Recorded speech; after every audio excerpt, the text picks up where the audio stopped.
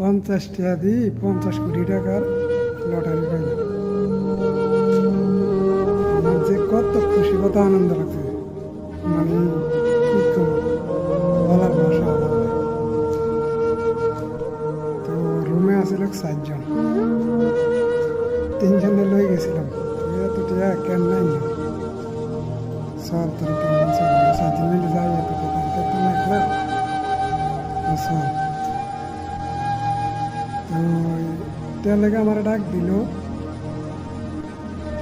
তোমার টাকা তুমি নাও। পরে 4 জন মিলে গেলাম, টাকাটি লইলাম।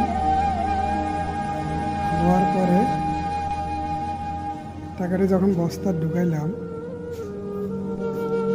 তখন বস্তা প্রায় অর্ধেক ঢুকান শেষ।